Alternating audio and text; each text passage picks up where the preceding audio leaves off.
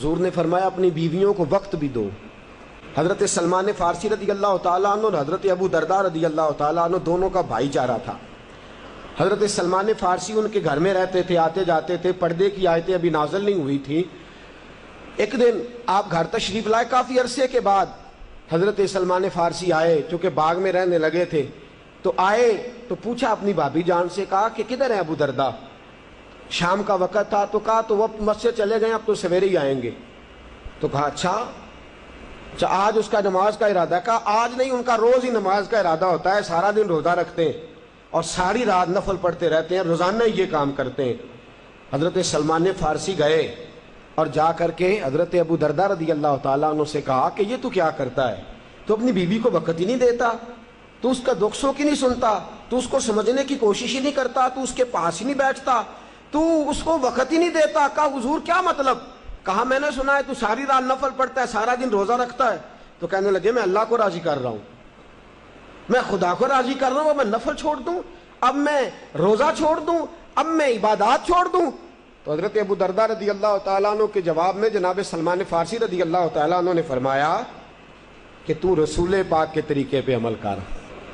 حضور رات کو عبادت بھی کرتے ہیں اور اپنی بیویوں کو وقت بھی عطا فرماتے ہیں۔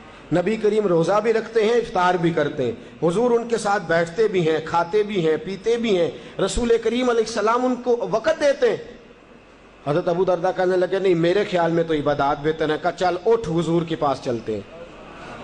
حضرت سلمان فارسی رضی اللہ تعالیٰ عنہ اور جناب ابو درداء رضی اللہ تعالیٰ عنہ دونوں حضرات حضور کی خدمت میں حاضر ہوئے۔ حضرت ابو درداء کہنے لگے یا رسول اللہ، میرا موقف یہ ہے کہ ساری رات نماز پڑھنی چاہیے، سارا مہینہ روزے رکھنے چاہیے نفلی، اور یہ کہتے ہیں کہ نہیں کچھ وقت نماز پڑھو، کچھ گھر والوں کو ٹائم دو، کبھی روزہ رکھو، کبھی دوپہر کا کھانا گھر والوں کے ساتھ کھاؤ۔